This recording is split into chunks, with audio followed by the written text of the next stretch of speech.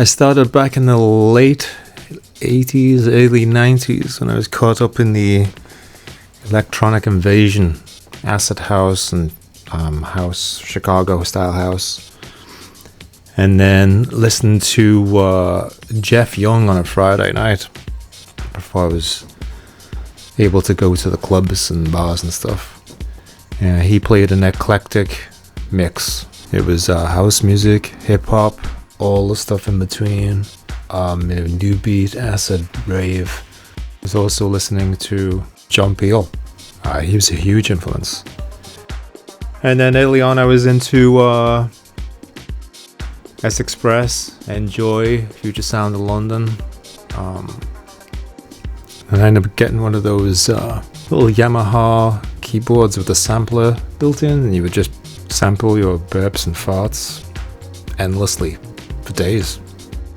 In 92 or 93, I put some music out with the Left Field Boys on Hard Hands, and another release on Concrete in combination with Andrew Weatherall and my musical partner then Chris.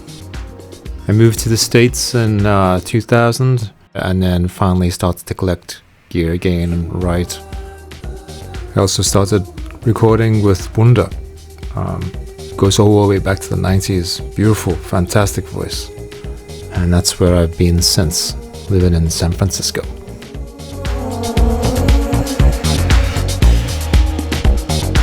I mostly mix in-box these days. I have a lot of outboard gear, so I do a lot of sampling and create more of a collage soundscape. So I've got lots of little external units.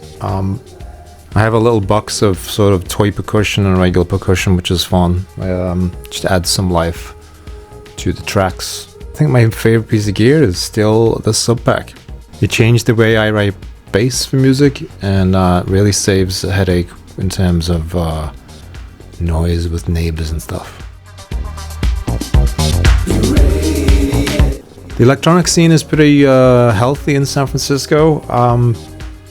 We've got quite a few big clubs. There's also a lot of festivals that go off here. And of course, Burning Man. A little bit too much tech house for me still. But I think that's changing. I think tech house might be moving out.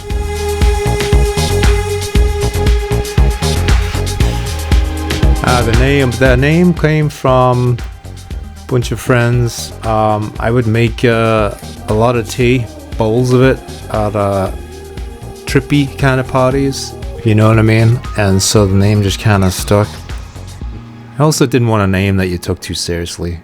My current favorite type of tea is chestnut tea, and the other one is gotta be fresh ginger tea with a bit of honey.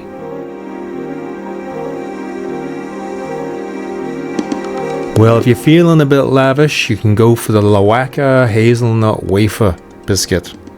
Highly recommended for dipping in tea.